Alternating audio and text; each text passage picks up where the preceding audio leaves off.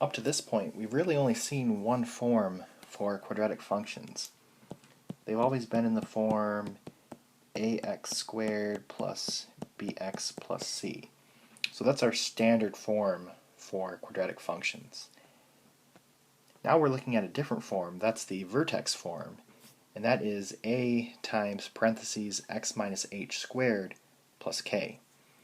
And if it's in that form, you can really figure out what the vertex is pretty easily because it's just these values here. So for number 9, our vertex should be 3, 2 because I have a negative 3 and a positive 2 here. So the negative 3, because there's a minus in the formula, that means you need to take the opposite of that. So that's how I get a positive 3 here. Whereas the 2, because it's just a plus k, I can just leave the sign of the 2 alone. So 3, 2 should be our vertex. Let's confirm that though with the calculator. So I need to go to the y equals and type in my function. Then I need to press graph. Then because it's a minimum, so our vertex is the very bottom of the function. It's the lowest point. So second calc and minimum this time.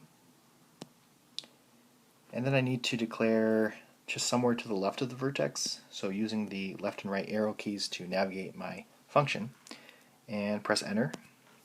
Then declare somewhere to the right of the vertex and press enter. So you've given it an interval now in which to search. So then go somewhere close to the vertex to make a guess and press enter. And we have our vertex, which is 3, 2.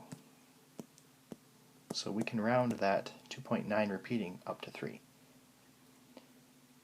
Okay, so while we're here, let's figure out what the intercepts are. There's actually going to be no x-intercepts because it does not cross the x-axis. But there is a y-intercept up here. So if you go to second calc and then do the value command and then type in x is equal to 0, then you'll get 0, 11. So let's fill in our answer. This was a minimum.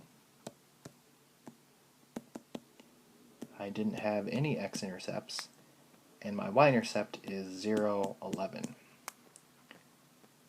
So 3, 2, and 0, 11 would be like right here.